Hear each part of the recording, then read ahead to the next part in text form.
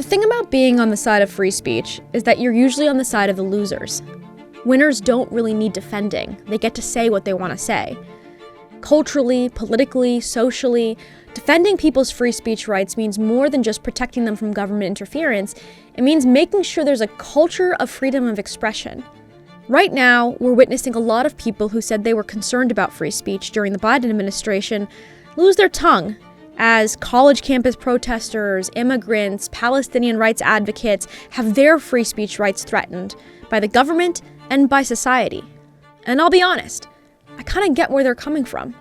I remember being a pretty inconsistent defender of free speech myself. When I was in college, I really thought that people who were promoting free speech were often just promoting right-wing talking points. And in some cases, they were. If you're defending free speech rights on college campuses in the United States, you're usually defending the rights of people who are unpopular on college campuses. Those people are usually right-wing. But I've realized how important it is to think through how to maintain a principled defense of free speech even when your side is winning. So I asked Greg Lukianoff. He's a president and a lawyer at the Foundation for Individual Rights and Expression, FIRE.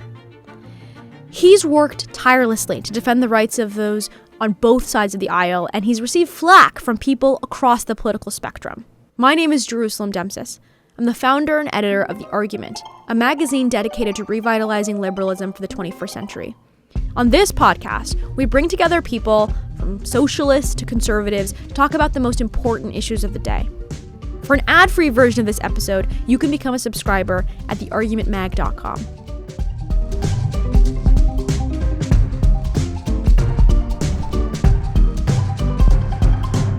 Greg Lukianoff, welcome to the pod. Thanks for having me. It's not a fun time for free speech defenders, but part of this depends on how much of a masochist you are. I guess that's true. How much of a masochist are you, Greg? Not that much. Okay, so you're not having a good time.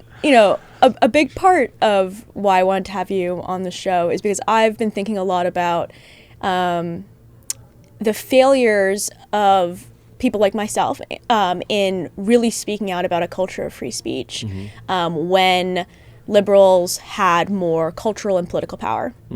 And realizing that, a lot of the arguments, part of this was, I was in college, so I don't put myself in the basket of people who had a ton of influence. But I was just reflecting on my own kind of blasé attitude towards the culture of free speech and the power that we all individually have in defending it and promoting it versus the literal letter of the law, right? Like, I think a lot of liberals were like, hey, so college kids are shouting down people who are speaking on campus. That's not illegal. Yeah. That's not them. That's them protesting. And I want to ask you about those distinctions later, but I wanted to just frame this conversation around that because I do think that there's a lot of, I told you so's coming out right now, and I think that can be rightfully done, but we're also witnessing a lot of people on the right who used to be free speech defenders kind of turning again, and I think that there's this cyclical nature to which people who are really consistently pro-free speech are always on the side of losers. And that makes sense because if you're a winner, of course you get to talk. You're always defending the free speech right of the loser. So I just want to start with a simple but probably difficult question to answer, which is, what is the greatest threat to free speech today? Oh, listing a single greatest threat. Generally, I'd say the greatest threat. Can I give a couple greatest threats? Sure. One, I'd say nationally, on a national level, I'm most concerned about the fact that I used to have sort of a civil libertarian left. That's kind of the tradition I came from, and a libertarian right. That disagreed on all sorts of stuff, but were both very good on free speech. And I think the civil libertarian left has been kind of swallowed by progressivism. And I think the libertarian right has largely been swallowed by populism. And that's scary. And the next most important thing that's happening, or actually probably more important than this because it's global, is that we're seeing sort of a turning away from liberalism in general. And centralization of power. So, no kidding, China and Iran are totalitarian states, but they've figured out ways to use things like AI to achieve an even greater level of nightmareness. And then, of course, you have places like my father's country, Russia. It's just a mafia state.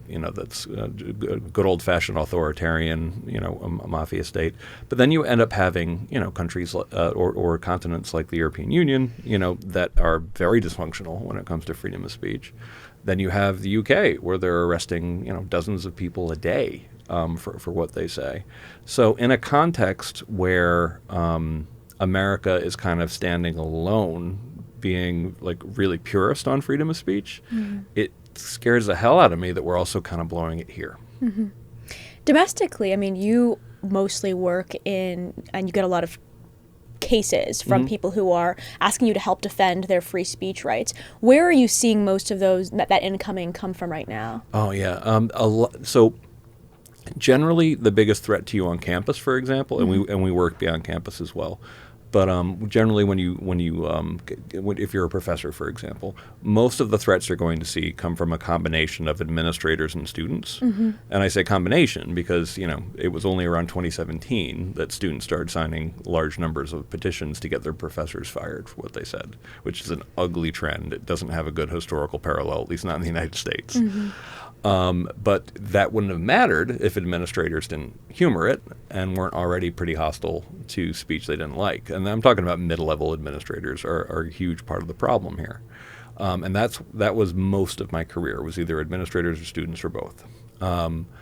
This past year, it's been the government. It's been government officials leaning on universities to get professors, fired or punished for what they say. Then we're also just seeing a lot of government employee cases, coming our way, a lot of protest cases coming our way. It is, to use a very technical legal term, it's all a big mess. Yeah. Is there one that keeps you up at night right now? A particular case?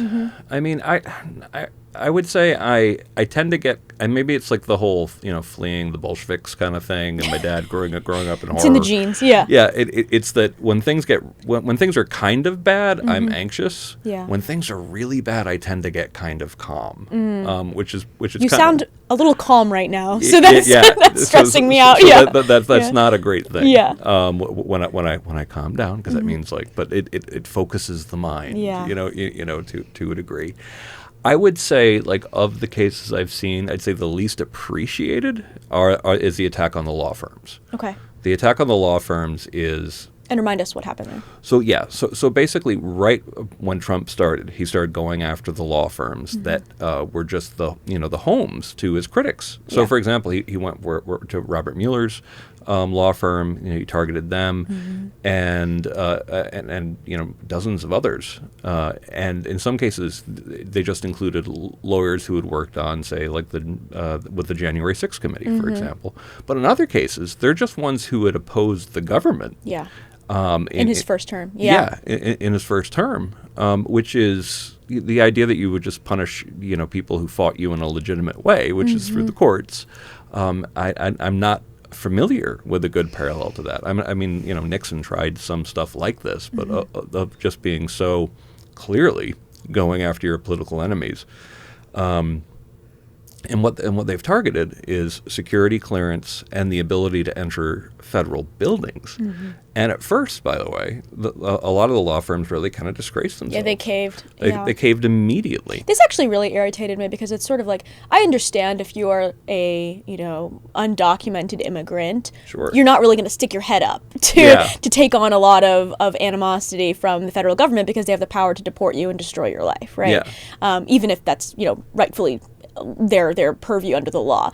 So of course you're not going to step. But these law firms have tons of, these are millionaires. Some of these people are very well... multi-billion-dollar law firms. Yes, and they have the capacity to, and they know they probably could win a lot of these cases in the courts. And when they started fighting, yes, they did. So there was some real cowardice there, but there are places like Covington and Burling, for example, who from the very beginning have been fighting. And since law firms have been fighting back more, they've been winning because these tactics, they're not okay. But I do think that the nakedness of the going after your political opponents. So the three primary targets from even before the start of the administration were media, law firms, and higher ed. Basically things that are centers of left-leaning power. Yeah. And it's been, in that sense, even though he himself can be very erratic, the overall strategy does seem to be, to starve, these institutions of resources as much as possible. So FIRE really began, as you previewed a little bit, working on college campuses. Yes.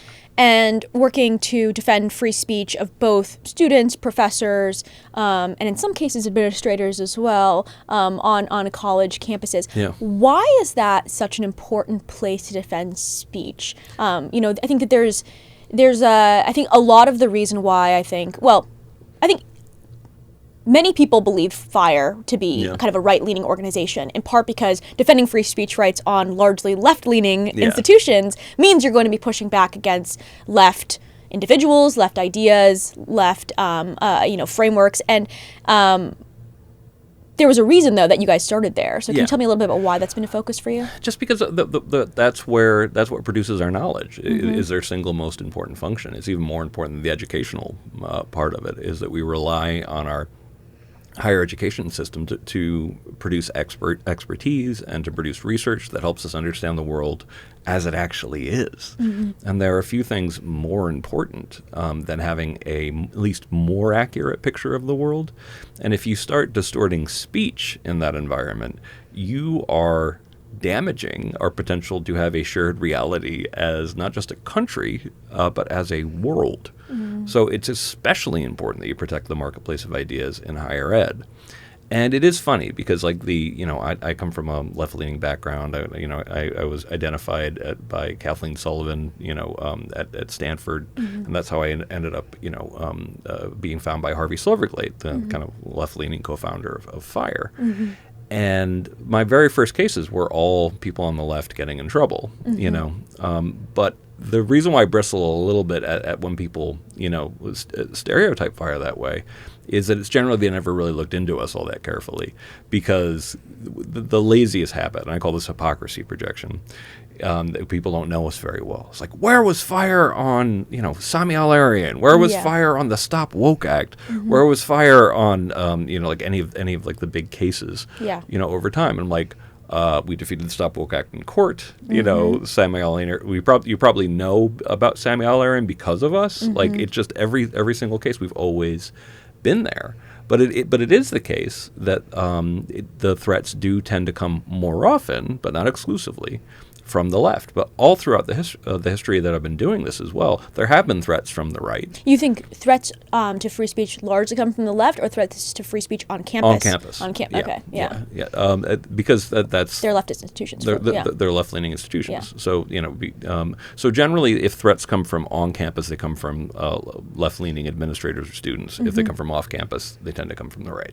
So a big thing that FIRE has focused on is this idea that shouting down speakers who come to campus is a threat to free speech. Sure. And I think that there's, to steelman the view that that's actually not a threat to free speech. Yeah. I think that, and I held this view for a long time too, which is that these are protests. Yeah. People are protesting. They're using their own First Amendment right to push back against individuals they view as outside the pale. They think that their ideas are wrong. They think they're bad. There are lots of kinds of protests I think may not be effective. Someone could dress up in very bizarre costumes and lie down in the street. I think there's arguments that a lot of the Just Stop Oil protests are ineffective in addition to having other potential legal problems. Yeah. But putting aside the efficacy question, why isn't it the right of students to shout down Charles Murray or shout down Helen Andrews or whoever it is? Sure. I mean, it's just classic mob censorship. It's actually probably the oldest form of censorship ever, which is, people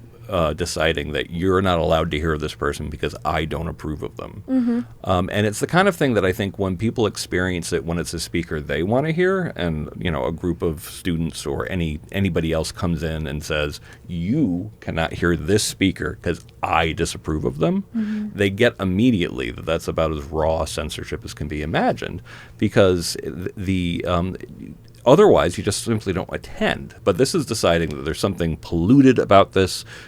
You are not in control of yourself enough to listen to this person without being somehow damaged by it, or you're bad people, and therefore your rights don't matter either. It's an imposition. It's a very kind of like a school marmy kind of like idea, but backed up with at least enough force to actually carry out the shout down. Because we don't count it if someone's just booing or protesting.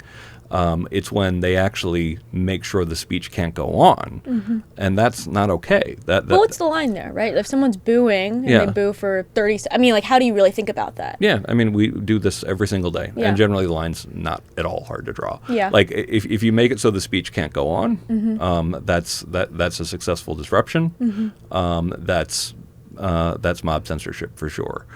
If you're in the back and people boo and hiss a little bit, and someone gets in trouble, that might actually be a fire case. But it's a question, of what was your goal, and were you able to prevent that speech from going on? But is mob censorship, is that not constitutionally protected speech? No. Why not? That's called a Heckler's veto. Okay. Yeah. Can you tell me more about why? Sure. Yeah. Well, because the Supreme Court recognizes the same thing. That essentially, like, if you say, like, this person isn't allowed to speak here because his critics hate him so much they will throw bottles at him. Yeah. That is incentivizing people to throw bottles at their opponents. Essentially, it's saying that it's recognized in First Amendment law that a heckler's veto is not okay, because it does actually empower the least liberal members of your society to decide for everyone else who they are allowed to hear. But throwing bottles is different than just booing, right? Well, I wasn't, and just booing, like, is something that counts as well. but just booing is protected. Yes. But what I'm saying is but what I'm talking about shout downs about actually preventing a speech from going on. Yeah. That's not. Yes. And generally, the government has an obligation to actually protect speakers, as opposed to give in to the will of the people who shut them down. So why do you think that in recent years you've seen so much illiberal activity from on college campuses? Like, where has that come from? Why has that energy been so strong? Because I think when I talk about this, I often get this rejoinder, and I'm reading the new, William Buckley biography, and he obviously, when he was at Yale, he talked a lot about how these colleges are filled with leftists and leftist professors, and they don't let you talk about things that are more conservative. There's a huge, illiberal culture. How much of this is just a continuation of an older kind of critique that's been made about universities, and how much of this is like you're noticing something quite different that you're alarmed about? Yeah, I mean, definitely, like, the idea that there's intolerance on the left is something that you can trace back to the left saying it itself. I mean, that's where the term political correctness actually comes from, is from the left critiquing its own most doctrinaire, members. But certainly, there are aspects of that on the ideological right as well. Intolerance and ideology go hand in hand.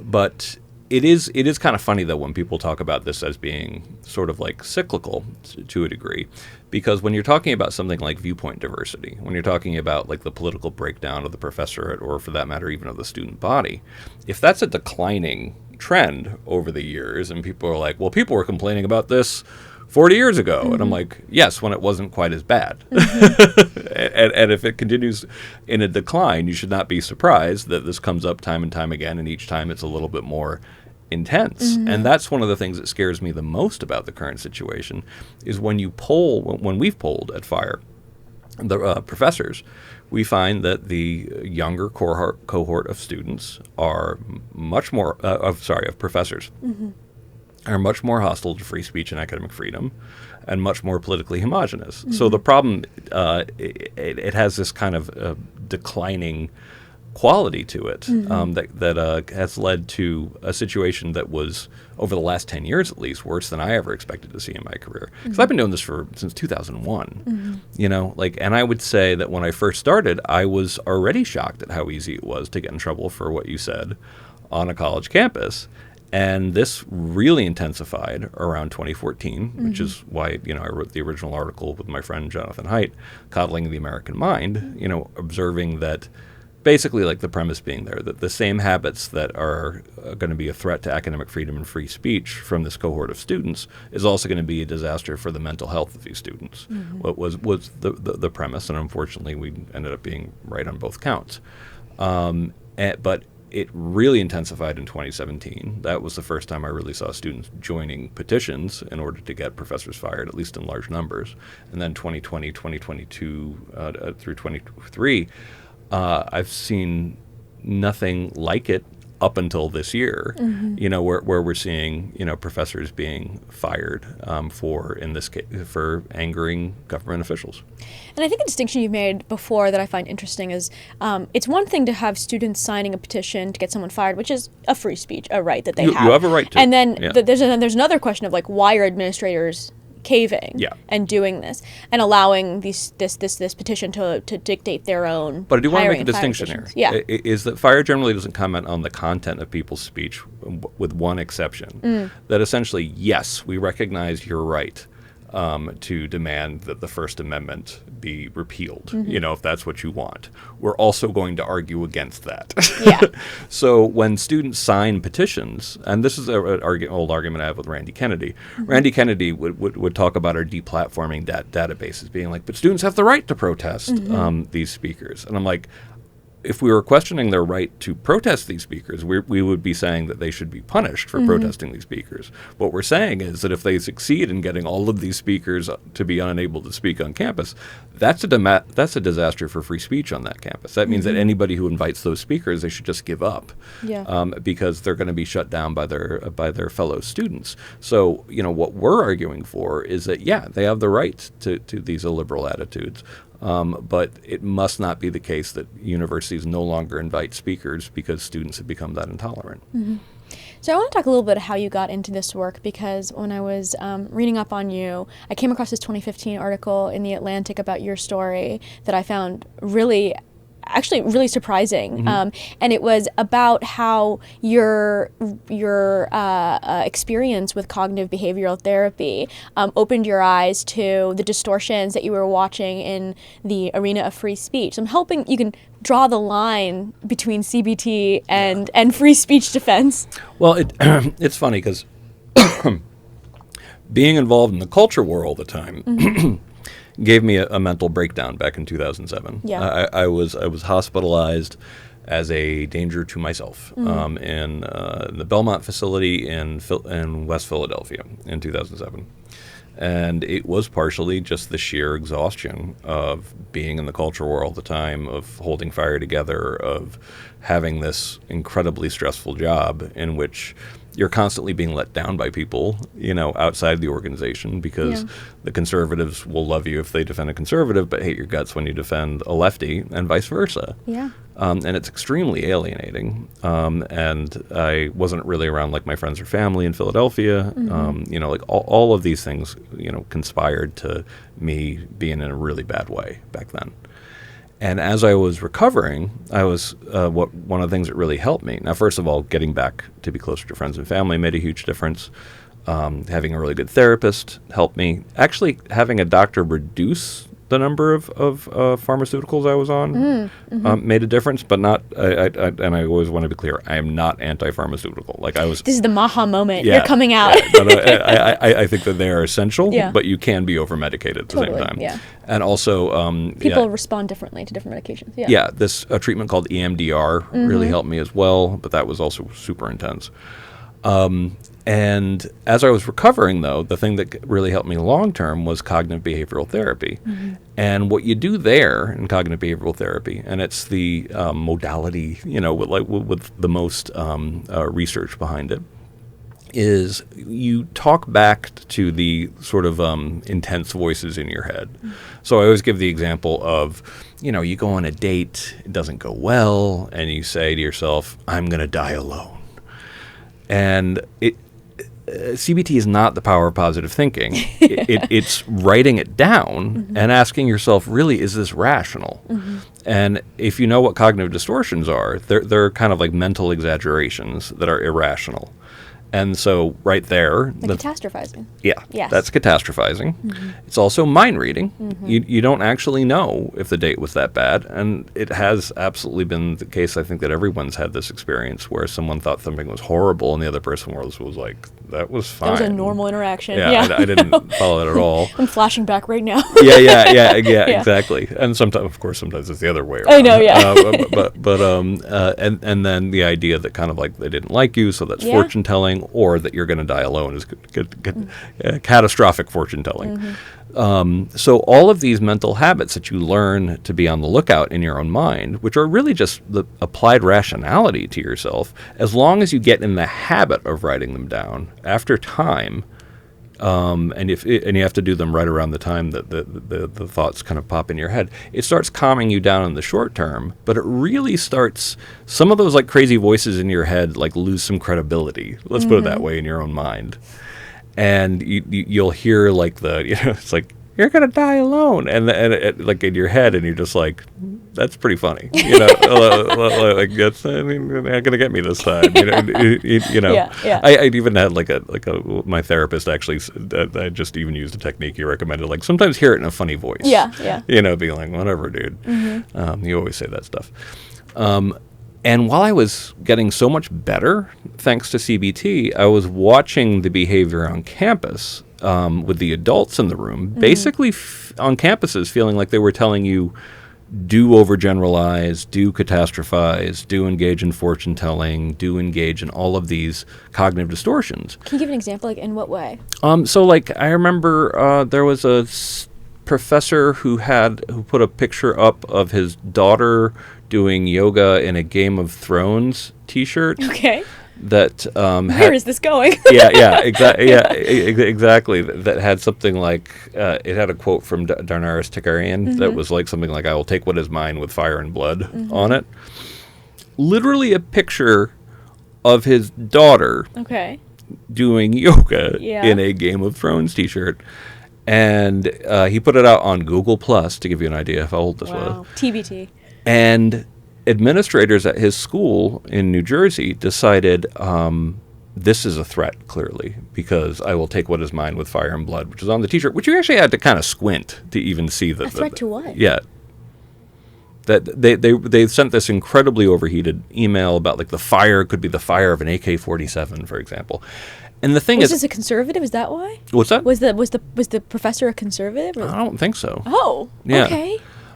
So they catastrophized. Yeah. They overgeneralized. They did all of this stuff. And I was used to this kind of stuff, this kind of risk management craziness type stuff, where administrators would hyper overreact to something as if it could be like a really serious threat. I had one of my favorite cases actually involved a quote from the TV show Firefly. Oh yeah? Yeah. What? I love that show. That was one of the ones where there's this quote where basically like he's saying to the doctor that I won't bushwhack you. I won't. Oh yeah. And it's kind of like, listen, if ever Ken blows between the two of us, and I were to kill you, you'd be facing me and you'd be armed. And it's like a badass way of saying I play fair. Yeah. But so a drama professor put like this quote on his door. The bias-related program comes around, and he gets in big trouble for having that up because that's a threat to the community somehow. Yeah. So that was the kind of catastrophizing I was seeing happening all the time on campus. But at least prior to 2012, for the most part, students were kind of rolling their eyes at it, not taking it all that seriously.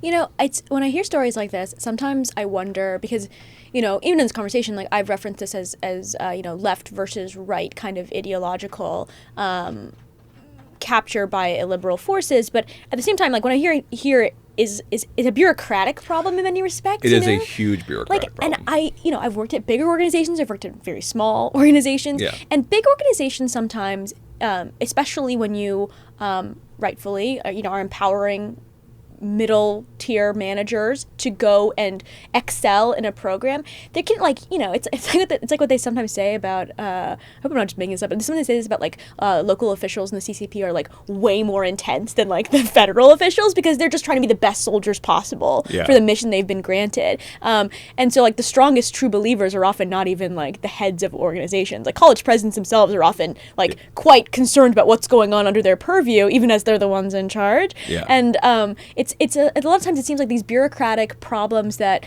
are being pointed out are not even really about ideology. They're just someone's been handed a program and they've been told, hey, you need to make sure that there's no bias shown anywhere in any kind of public communications. And they like walk around, they're like, well, I have to find something, I have to show that I did something, let me show that I'm a good employee. And then that can lead to overzealous enforcement and then this kind of like weird legalistic. This is absolutely it. I'm so glad you're saying this, because I spent so long trying to get people interested in cases that were neither right nor left.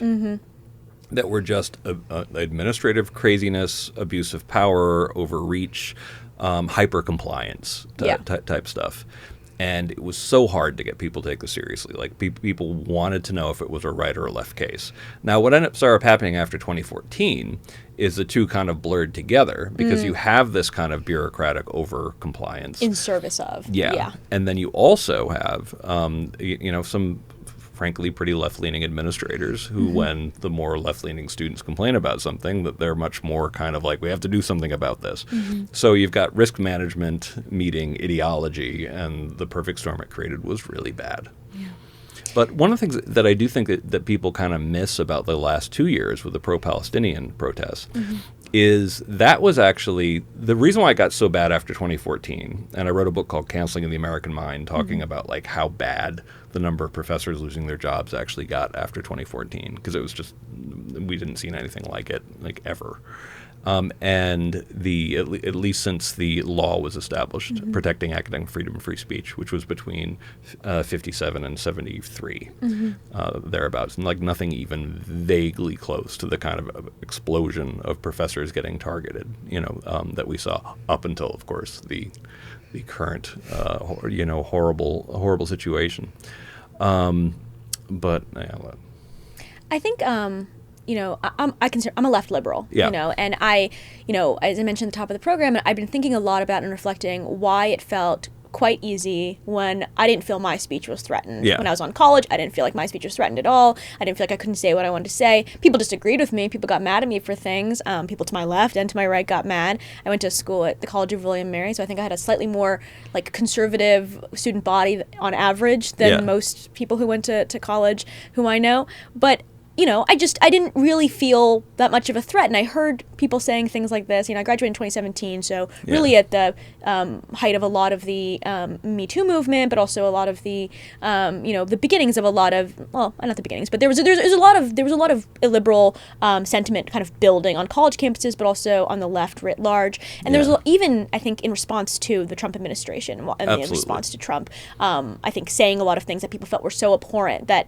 it required some sort of like speech crackdown in the places where the left had power, which was largely workplaces and cultural institutions and places that, were beyond usually the purview of the law. And, I said this to a couple of friends who are also on the left, and they, accused me of false equivalence because I think that this is a point that has some merit, but I think they're taking it too far, which is that there's a difference between the government sending you a letter, like, Russ Vought sending a letter to a private institution telling them don't do these things which are constitutionally protected speech, and private institutions doing things that we may think are like, you're not behaving the best, but you're a private institution. And I wonder if conversations like this, like the one we're having right now, do they contribute to that false equivalence? False equivalence is something that I'm constantly being accused of in the past couple of months. And I honestly have to stop people and be like, but which side are you accusing me of this from? Because both sides believe that the other side is engaging in false equivalence. And it's kind of like always like a sign of like how deep in someone's sort of own partisan hole they are, is if that's what it looks like. And of course, if you're explaining like what was going on with the left, people are like, the one that bothers me the most is it's just students complaining about stuff. It's just powerless students complaining about stuff. I'm like, if it was powerless students complaining about stuff and administrators weren't actually firing these professors, then we'd be on the students' side on this stuff. We'd probably hope that they wouldn't complain as much about, professors disagreeing with them, but so what? The problem was that you had a cohort of administrators who were, in some cases, even organizing some of these protests. That's actually what happened at Stanford, for example. They were encouraging a lot of the stuff and were following through with getting professors punished, getting articles retracted, getting doing things that was devastating to people looking from the outside's trust in the institution at all. So it wasn't if there wasn't the element of power, and oftentimes, by the way, state employees. So it's not like there's this clean line. If you're at a state school and you get fired, you're a tenured professor and you get fired for your speech, that is a state violation of your rights. On the other side, of course, the right will always point to things like jawboning social media companies and all this kind of stuff, and that is bad, and we've always opposed that. But like when you're actually talking about lawsuits, from the President of the United States, for example, or the use of his FCC, for example, which, to be clear, everybody's abused the FCC over decades. Like at this point, I'm just totally cynical about that institution. But that essentially those are the biggest concerns, which is one of the reasons why when people talk about cancel culture in the Trump administration, in Trump administration part 2, I'm always like, no, to be clear, this is worse. Like when you're talking about the state leaning on you to get someone fired in a big way, that is actually worse than like a mid-level administrator doing it. Still, one does invite the other, and so like the false equivalent argument, it's like, I mean, I live here, so I get to sort of like see how people are really great when they like the speech and really bad when they don't. But I do think that I feel like there's no kind of fixing sort of like the epistemic institutions, the knowledge-creating institutions, unless people on the left actually realize they might have been doing something wrong too. Because even if the threat from the right were to go entirely away, they would still need to do some reform. So, I mean, in an optimistic world, we continue to see free and fair elections in this country, and that means, I mean, even without free and fair elections in this country, the power of the different ideological sides is cyclical, right, to some extent, even though the cycles are not always the same length. And the left will be in power again in one way or the other. Yeah. And, I've been thinking about that a lot. I've been thinking about, like, how many people on the right thought they were such consistent defenders of free speech. Yeah. And now that the Trump administration is in power, now that cultural power is swinging back towards the right, now that a lot of people in powerful companies, particularly in the tech world, have become more immune to criticisms about bigotry or things like that from what they consider social justice warriors, you end up seeing that a lot of these people, similarly to the left, are actually willing to countenance a lot of threats of free speech when it comes to their own side being in power. And so, I mean, I don't want to just talk about hypocrisy. I want to talk about how you inoculate yourself from that in the future, because I think that it's actually quite difficult to know you're doing it while it's happening. I think people are not meaning to be cynical hypocrites. I think they genuinely do view the things that their side is doing as different. And I wonder, like, do you ever feel pulled or cross-pressured in defending free speech? Is there a case where you felt like, I'm not sure about this one, or how do you maintain kind of your consistency? We always discuss the pluses and minuses of cases like really carefully, and we take the counter argument seriously, at Fire, and try to really, put ourselves like in the shoes of the government under those circumstances. So, for example, the jawboning I was talking about. Can you explain what that is? Jawboning is when the government leans on, say, like a social media company, most famously, to censor speech that the government itself is forbidden from censoring. So basically, Biden did this during COVID, the Biden administration leaned on Facebook primarily, but also Amazon, to ask them to kind of censor COVID misinformation because they were afraid that was going to get people killed. Yeah, and the Trump administration is doing the same thing now with information about where ICE is, under the argument that people are now violently targeting people who work for ICE. And it's like, okay, these are both serious arguments. Yeah. And if you pretend that they're not, that's another way you can show your sort of like partisanship.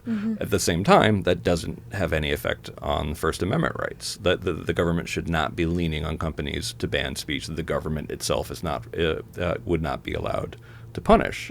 So whether that's, and we just learned today, for example, that Facebook removed a Chicago group that was talking about like where ICE might actually be located, under the argument that that potentially could be used to violently target them. To our knowledge, it actually hadn't been used to violently target them. But making sure that you're taking what your opponent's argument is seriously, and then nonetheless being able to explain why. And this is one of the things that's so helpful about working at a place that's genuinely politically diverse like FIRE, is you need to have people in the room to actually disagree with you. Yeah. You know, and it really helps not if they're just playing devil's advocate, if they actually believe you are wrong. Yeah. It makes a big difference. So I think viewpoint diversity helps a lot within our institution itself, and it's something that we really try to maintain. How do you think about building an institution with viewpoint diversity at a time when the institutions of higher learning are so biased towards the left? And again, biased sometimes in ways that are unfair, and other times because we see just a self-sorting of conservatives and liberals into different professions. There are just more liberals who go to law school. There are more liberals who go to higher education. Yeah, no, it worries me, and it makes it a very hard problem to fix. Yeah. And I think a lot about what I call structured friction, like the idea of like how, because this is one of the reasons why I love a lot of the thinking that went into the Constitution. A lot of it was, and very much influenced by people like not just John Locke, but almost more importantly on this topic, Montesquieu, like who believed in separation of powers and all this kind of stuff. And the theory was essentially human beings are deeply flawed creatures. I can wish all day that people, are suddenly, commit themselves to objective truth and are fair and reasonable all the time. But let's be honest, people are still going to be people. So you need ambition to counteract ambition. One of my favorite lines ever written by anybody was James Madison in Federalist 10, I think. And you need that, because that's actually how you create knowledge. Because if you just sort of assume, well, hopefully one day people won't be biased. No. Like we're like, here's one of the more depressing facts about that, by the way. Higher IQ people and more numerate people actually can be better at convincing themselves in the direction of their own politics. This is actually why I think you see, well, in part why you see higher mental illness rates amongst higher IQ people, is because you can cognitively, you can get yourself into cognitive distortions very, very easily. Yeah. So really what you need is something to offset it. So when I think about some things that would be really helpful for higher ed, I don't necessarily think of I think of things like co-taught classes, where basically you have someone who disagrees, usually within the discipline. I'm not just saying like at a Republican person. Yeah. I'm saying like people who actually look at politics a different way, and they could even be potentially on the same side, just as long as they actually have sharp disagreements. Yeah, it's not really that relevant in physics, for instance. Yeah. Well, yeah. I mean, and that's why I'm not sure you need co-taught classes and that kind of stuff. But I do think that partially because it also deals with the fact that people are just regurgitating what they think they want their professor to hear, what the professor wants you to say, which is basically say the same thing as I do. Totally. Yeah, two professors, you might have to think for yourself, which would be kind of nice. Yeah. I think about things like that. I know that Daniel Diermeyer at Vanderbilt talked about the idea of basically having departments that, exist to sort of like check each other, essentially to be like, okay, let's take a quantitative approach to a lot of your political assertions. Let's see if they actually hold up. I think we need a lot more structured friction. I strongly agree. I actually wrote an article recently for the argument about why we're going to need to do DEI for conservatives. A big part is like I still really, and it's obviously that headline's a bit tongue-in-cheek there, but I mean I still really do believe that diversity across a range of areas is like extremely important for higher education. Racial diversity, ethnic diversity, nationalist diversity, gender diversity, but also ideological diversity is extremely important. By the way, class diversity. Class diversity, certainly. Yes. I've definitely found something that's been pretty consistent throughout my career, and certainly there are some institutions that do really badly, like University of Indiana, but big state schools generally are going to have a healthier intellectual environment than a lot of the more sort of, when I have to show my cards on this one, just the schools that only the rich kids go to. Yes. They tend to have, it brings in a certain amount of groundedness, a certain amount of, naturally it brings in some viewpoint diversity, all of this kind of stuff. So I tend to think that that's one of the things that you see are these institutions just tend to be healthier. Yeah. I want to talk a little bit more because I know you just mentioned taking seriously the opposition view. And, when I was in college, I was in a higher level, it was an economics class, and I don't want to out the exact class. I don't want to out the professor or anything like that. But I was in a high level economics class. It was a small class, it was a seminar. Yeah. And the professor, it wasn't really related to what we were talking about. Got up on the whiteboard and drew 2 bell curves and then said, one of these bell curves represents female IQ and one of these bell curves represents male IQ. Yeah. And so you had fatter tails for the men, which meant that you had higher, more men who had really high IQs and really low IQs, low ones, and women who had fewer women who were on the extremes and more bunched up in the middle. Now, I don't want to get into whether or not this is true. I think it's beyond the scope of this, but I just mean in that moment, I think that he was not trying to engage in a conversation about the science behind IQ, because again, this was an economics class and nobody in the class had any idea what to say to this. It felt like a pointed commentary about why there were fewer women in this class, why there were not very many women in higher in the highest levels of economics, and that we should just assume that that's natural. And again, the science of this is, I think, disputed for various reasons, and people have different views on this. And I happen to think it's probably not true. It's very similar to what I think Larry Summers said when he was president of Harvard. And I know personally women from that class who did not continue to pursue economics classes. They felt so alienated in that conversation that they were like, well, if this is how it's going to be, I'm just going to go back to my American studies or whatever it is. And I think that in many ways, there's a power asymmetry inherent to the professor-student relationship. And there's a level to which when professors say things that are alienating things, that's a pretty, I think, cancelable thing, particularly in 2017. If that had been a firestorm at William Mary's campus, I wouldn't have been surprised if fire had been involved in defending that professor's right to make those comments to his students. But there are real costs to intellectual diversity if there's not, in a world where, students don't feel empowered to band together in this way. And I think in many ways what we saw in the 2016, 2017 time period was students learning solidarity again in many respects to push back against professors they felt were making offensive or harmful comments.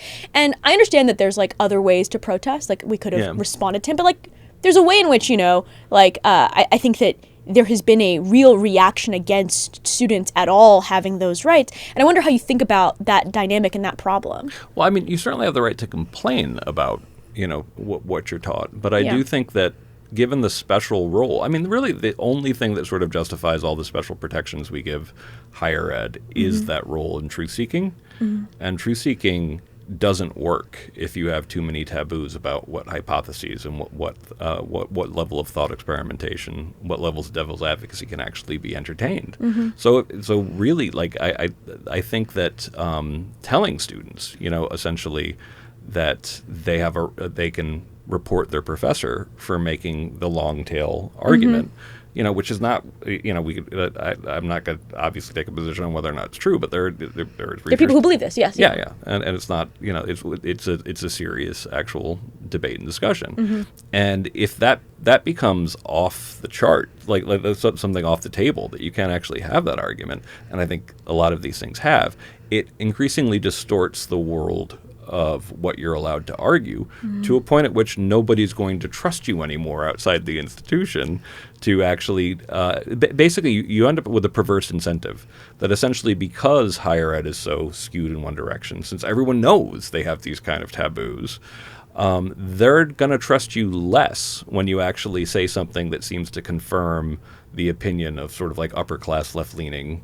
professor. They're going to be like, okay, that's probably what you wanted to find. And you're actually going to have weirdly more credibility if you actually are counter it. I think that the thing that really pushed me is that, I remember the thing that got me really frustrated at the time is I didn't actually know the debate at all. Yeah. He just like said this. I'd not come across this argument before, and I remember just feeling really angry and frustrated because I was like, I was gonna go do the deep dive, honestly, like to go find out like where this idea came from or whatever. I was just like frustrated. I thought it was a sexist thing to say, and I was like irritated that he had said that to our class, and I wanted someone to tell him to like stop, and that's I just wanted that to like be over. And I realized afterwards, a while later, when I was thinking about it again, it's that if when I remember I read a lot about, a lot of the IQ debates and became more familiar with the literature and the counter arguments against it,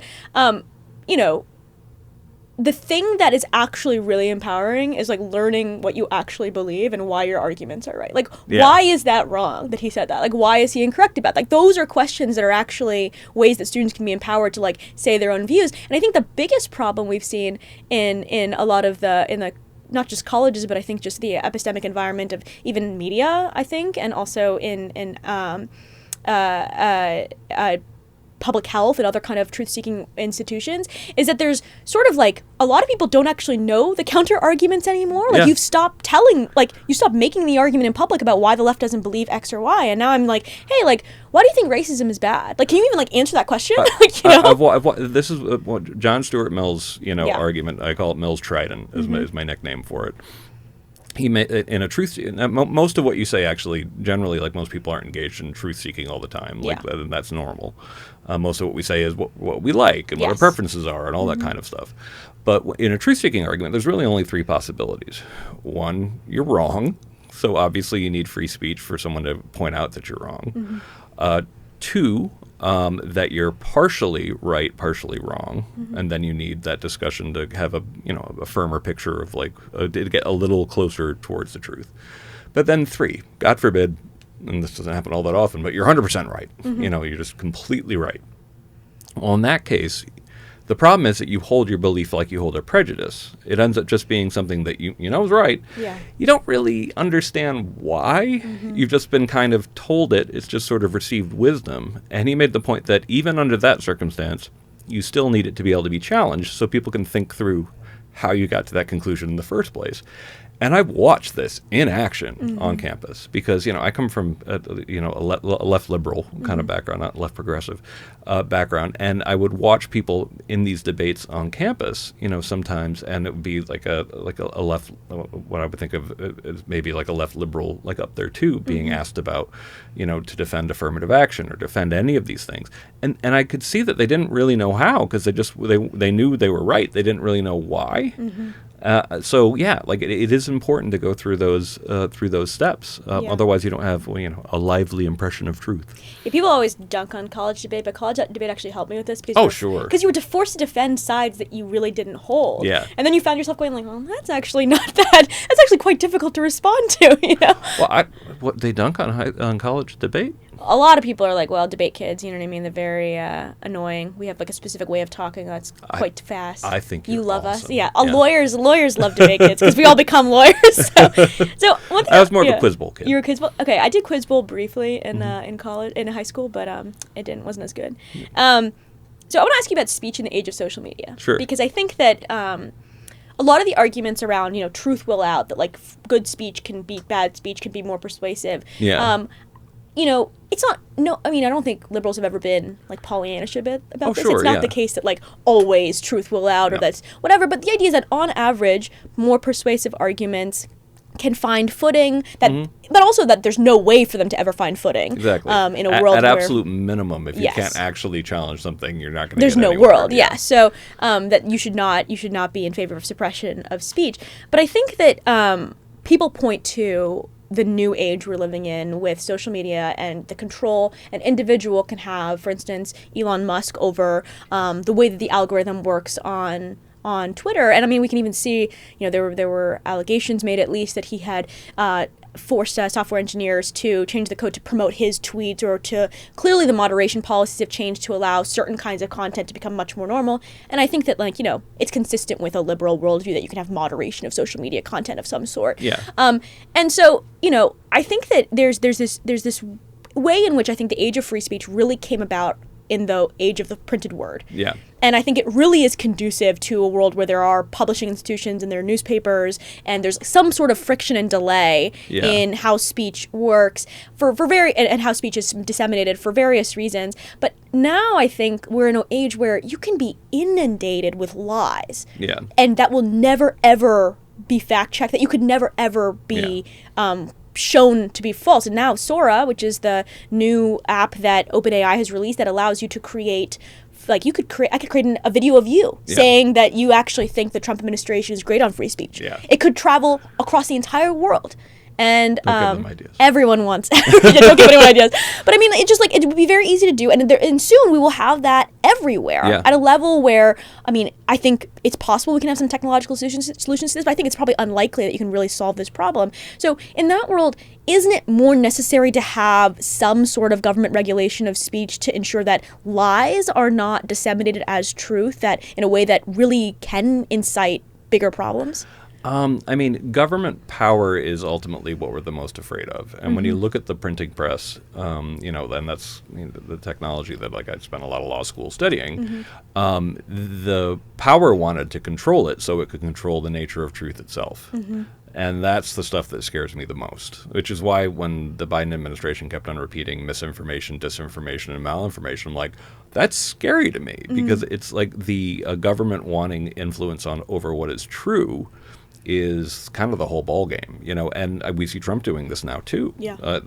He's been making like all of the same arguments that the left was making, particularly in the wake of the murder of Charlie Kirk. Like he was arguing hate speech. You shouldn't be saying bad things about him after he died because of hate speech, making misinformation and disinformation arguments about Jimmy Kimmel, like what he said. These are all powers I do not want to be in the hands of power, essentially. So that's always my biggest concern. The antidote to a situation of epistemic anarchy is our authorities that we can actually trust. And my big concern is that authority has done a lot to undermine its own credibility. Now, to be clear, anytime there's a massive expansion in the number of people who are involved in a global conversation, our faith and expertise plummets, partially because we're made aware of the fact that like what happened with the printing press. Yeah. Actually, it turns out that Aristotle was wrong about a whole bunch of things. And I mean, famously, the printing press is in part responsible for the Protestant Reformation, the European Wars of Religion. I mean, it leads to a lot of discord. Absolutely. Yeah, it's a disruptive technology. I remember when people were saying this is an accusation against me and Haidt, like saying that, well, I bet these guys thought would have complained about the printing press too. And I always want to say, the technology that doomed Europe to 150 years of religious war, there are some criticisms of it. Yeah. Over the long term, totally worth it. But on the short term, the idea that wouldn't be highly, and this is something I actually try to repeat to Haidt, essentially, to be kind of like, listen, there's no avoiding in the age of social media and AI there being like a highly disrupted period. Yes. But culture adapts to it. You figure out institutions that actually allow you to have, because like the only way you're going to be able to deal with the people making, Sora videos is to have somebody that people, it's never going to be quite universal, but that most people actually trust that's always been fair about this stuff. That can say, that's true, that's not true. Yeah, exactly. Yeah. And that trust, and that kind of trust literally can only be earned. And this is one of the things that why I think like higher ed did so much to undermine its own credibility, is it kind of got this primitive idea in its head that since I know what social justice is, I can, this happened in journalism. And like a lot of First Amendment people, I come from a student journalist background, and was really horrified to talk to some of the younger students maybe 10 years ago who had this idea that my job is not the just explaining what the world actually looks like, but my goal is to change it for the better. And it's like, but you do get that people aren't idiots, and if they see that's what you're trying to do, they're not going to trust you anymore. So there was this idea that they kind of forgot that sort of trust element to it. So I think we need improved institutions. I think we need a lot of reform, and a lot of them, I think we probably need entirely new ones. But they can't be instruments of direct coercive power. It can't be like the government. It's one of the reasons why like the Stanford Internet Observatory was kind of like such a bad idea, because it's like I went to Stanford. Yeah. It's like people shouldn't trust people from Silicon Valley to be plugged. That's into something the America can agree about. Absolutely. It's a lovely, pleasant little Disneyland bubble, but it doesn't, it's a little detached. So I think that we need to figure out what these are. I do actually think, to some degree, some people have sort of raised their hands on Substack, for example, of being kind of like, I've actually been pretty reliable, for a long time. And I think that that's usually what happens. And that's kind of what the scientific revolution really was to a degree, and the Enlightenment for that matter, was a handful of individuals who showed some integrity, actually showing that they were reliable critics of what received wisdom actually was. Yeah, so, I mean, you've written for the Free Press. You've written a lot of things for the Free Press on defending free speech. And I think they've come under, I think, quite legitimate criticism for not being equal critics of the Trump administration's illiberalism in a way that I think a lot of people were surprised about. People who followed Bari Weiss leaving the New York Times and thought that she had been unjustly treated and went to the Free Press and, as a place that they thought was going to defend freedom of speech, liberal values. And I think it's like pretty undeniable at this point. I mean, Kathy Young, who is someone I think has been a very consistent defender of liberal values, talks about how the Free Press has not really been a place to criticize the Trump administration's overreach. And I wonder how you feel about that as someone who's worked with them. Yeah, I mean, I think that one of the things that impressed me about what Barry's done is she did do a good job of gathering around her some of the real talent that was showing some integrity, like on the internet, like on X, and I do think that actually, her move over to CBS, is going to create a kind of contrast to other news media that actually I think it needs. To the extent to which it took on the Trump administration, I wasn't a daily reader to be honest. So I don't know. I don't know enough about the allegation. Sure. I think the reason why I ask is I think that like this is kind of ties into the question of how these groups and these institutions can get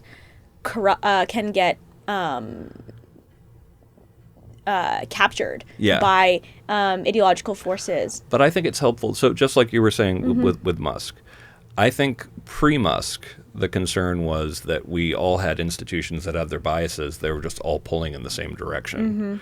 I think that just like the same way I said the ambition needs to be made to counteract ambition, having institutions that actually pull in different directions can be much healthier for an epistemic environment. Certainly. So I mean, you're not going to find someone to be the next head of any of these institutions to be the next head that you're not going to have some complaints about. But if it's a contrast to the existing thing, I think we need more of that. Yeah. And I think right now having someone who's coming from a different perspective is what mainstream media needs to a degree, because I think it has become a somewhat detached bubble.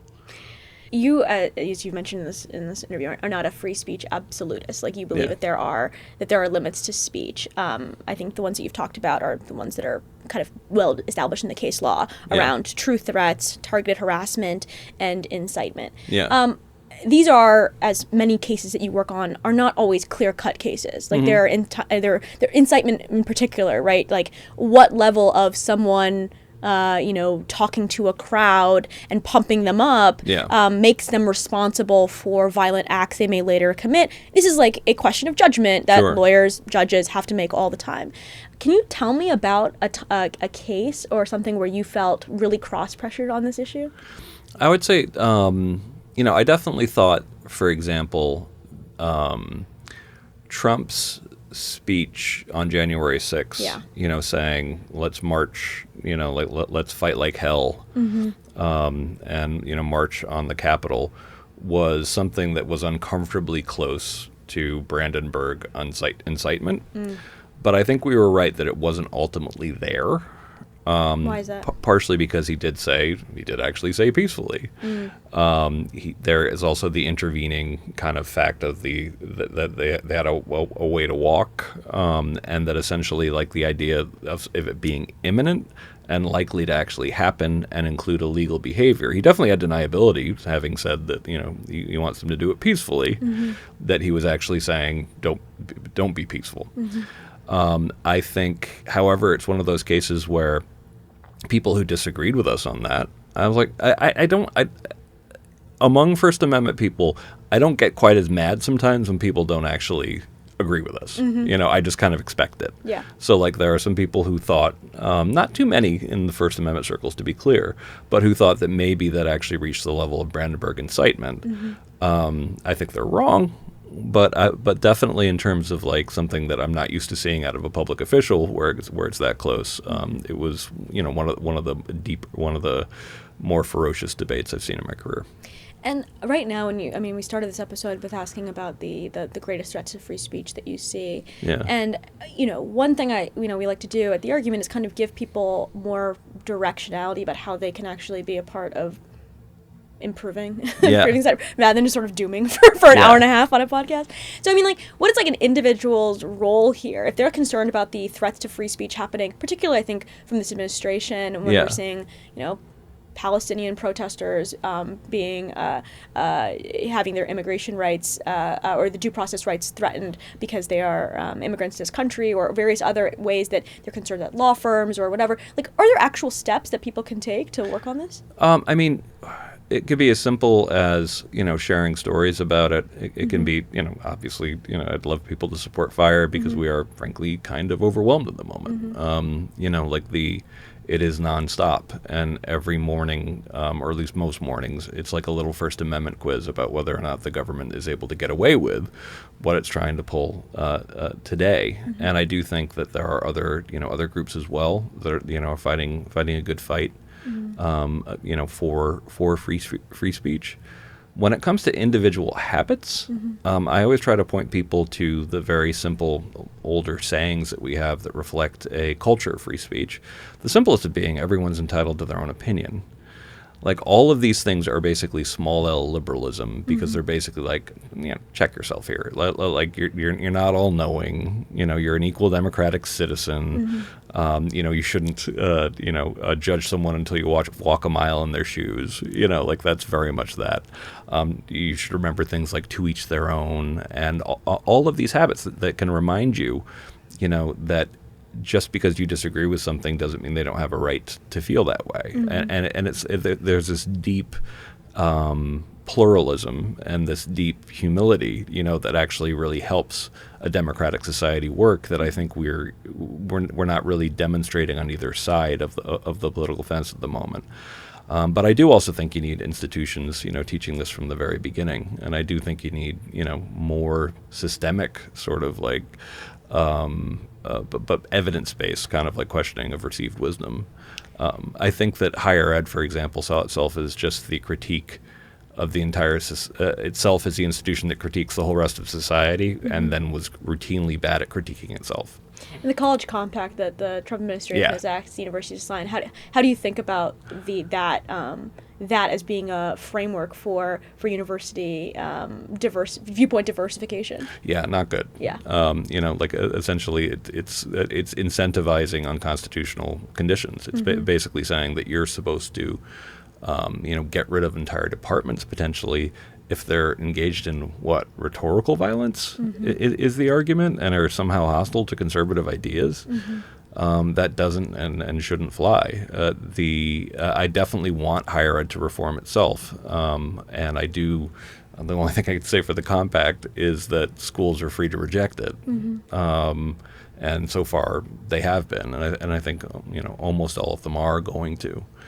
Because otherwise, government sort of coercing groups to get rid of entire departments is not okay. Yeah. And you know, it's funny, as you were talking earlier, I started thinking about a big thing that really revitalized my interest in political liberalism was recognizing like the illiberal impulses that I held. And like once you realize that like in yourself you have those, and then you assume, okay, everyone else has them, and it's like, okay, how then do we construct a society where like we're not constantly trying to dominate one another? And I do think that like people, it can sound really like, kitschy in some ways, but like I think it really does start with like how individuals interact with each other. And I think that there's like all these debates right now about like Democratic Party, the left, etc. Why? How is it that they have the whole country views them as sort of these intolerant and to other viewpoints group of people, and a lot of it is cultural in a way that it's difficult for like one person, one candidate to overcome in a speech. And because at some level, I think there is this perception that, of course, if you hold an opinion, like you think you're right. Most people think they're right, otherwise they wouldn't hold that opinion. But the way then you approach people who disagree with you, as if there's like no way that you could have be taught anything different, particularly I think coming from people who are more highly educated and I think come from different class backgrounds, it's going to strike people as emblematic of your entire ideological movement in a way that I think is really problematic. And so I do think that like people often don't like this kind of like interpersonal individual advice, but I think it's very useful. I think it matters. There's this wonderful speech by Justice Robert Jackson, and it says, "The true spirit of liberty is that which is not too sure that it is right." And I say this sometimes on campus, and students like it sounds like a Zen koan to them. Like what? And it's like, no, but really, like people might. When people are about to use coercive power, they should really understand the limitations of what they know. I do this exercise, by the way, for like reminding people why due process is important. Think about someone committing a horrible crime against someone in your family. Imagine the rage that would fill you in those circumstances, and then imagine that person, being the person deciding the guilt of, say, your brother. Remember those feelings, project them onto that other person, and then that reminds you of why you need due process. Because like that person is not an evil person. They don't have to be an evil person to be wrong on this stuff. You just have to be. You can be filled with a righteous passion, but it doesn't make you right. And that's why you need those protections. So that experience like that remind me, I mean, you've done polling on, Fire's done polling on this, the Argument has done polling on free speech attitudes. And, we don't have free speech polling all the way back to like the 1500s or whatever, but I would expect that very rarely do you have large majorities of people who are in favor of free speech at the extent to which we're talking about on this podcast. I think people in general are like, there are types of speech that they find abhorrent, offensive, that they think, if someone asks them like, hey, do you think it should be unacceptable? Maybe they don't believe the government should throw you in jail for it, but they would be okay with a range of things that you would consider constitutionally protected speech. And I mean, we're seeing this in our polling now that the majority of Americans are we asked this about, whether someone advocating only marriage between a man and a woman on a campus, a majority of liberals said, no, that person shouldn't be allowed to speak on campus. We asked about a transgender rights activist. Majority of conservatives said they don't think that person should be allowed to speak on campus. I mean, and we also asked in a bunch of different contexts what people should be allowed to do. And it got me thinking, like, if you were to poll liberalism throughout history and poll free speech in particular, I don't think you'd get majority support there. I'm not sure that's right. Really? I mean, we can't know, obviously. And it definitely is the case that even just throughout my career, the polling has gotten a lot worse among young people. So like clearly, like it's not just we were doing something at least better or doing something wrong now. But like, even before it got worse in polling, the Dixie Chicks, right? After they criticized Bush, and I think on today's terms, like very mild language. Very, very tame. I mean, they're canceled. Like for a long time, they're canceled through their jobs. They're canceled, in ways that I think we would consider, not a great culture. I mean, this happens all the time throughout history in ways, and that was popular. People were very in favor of that happening. They thought they were inappropriate. I didn't know any of the people who were in favor of that. You're in your free speech bubble, right? That's the problem. But I mean, it was very popular. I mean, people thought that they had overstepped, and that was, Americans in general. So, but I mean, like, looking at polling going back to like the 70s and that kind of stuff, I say this sometimes. you should not assume that like there's this way of dismissing like this argument that really annoys me, which is the you're just positing some kind of great golden age of freedom of speech. I'm like, I'm really not.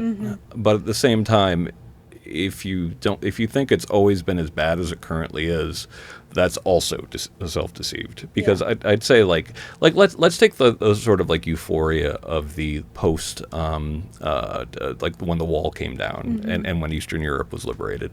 The idea was that liberalism had won, and small L liberalism, free speech liberalism, and that sort of euphoria lasted until about 2005. When Larry Diamond, pointed out like the whole democratic recession really beginning. But I do think that there are that we can't be pessimistic about it just because we've never been that good on it. We have been better, is I think pretty clear in history. Yeah. Well, Greg, always our last and final question. What is a take that has really irritated you recently? It can be a book you've come across, it can be a tweet, it can be an article, it can be advice you've been given. So I'm spending so much time defending higher ed at the moment, and defending higher ed from the Trump administration, that having the American Association of University Professors, which is constantly doing stuff like this, come out with an article called 7 Arguments Against Viewpoint Diversity. Right. They just published that? Yeah. Wow. Just right at this time, saying that one of the great lines is like, viewpoint diversity is anathema to academic freedom. And it's this whole, it's not a well-made argument. And it's like also the worst imaginable time to be making this argument, where it's kind of like, okay, guys, like, we're defending you against the Trump administration right now. Yeah. And you can't admit that there's anything wrong in your institutions at all. Yeah. Which is just like, it was. So I wrote a piece in on my Substack. It's a little more kind of like, are you, like it's a little more frustrated. It was me, Sam Abrams, and Adam Goldstein wrote a piece about it, because I just found this just so like not helping. I haven't read it, but is the statement of the argument that, of course, if you were selecting for merit, that some viewpoints would win out others? For instance, like, you wouldn't pick people who believe that the Earth didn't revolve around the sun. Is that what they're saying? They pick QAnon and flat earthers. Because of course, to disagree with sociology professors on anything is basically being you're basically a flat earther. A flat earther. Yeah. I find it's just like so funny. Some of these arguments, like, people have made a lot of arguments against free speech that are better than this. Well, Greg, thank you so much for coming on the show. Thanks for having me. The Arguments production team includes Ranjani Chakraborty, Isabella Pereira, Angela Tracy, Kate Crawford, and Eli Richmond. Our theme music is by Breakmaster Cylinder. If you want to hear more from The Argument, you can become a subscriber at theargumentmag.com.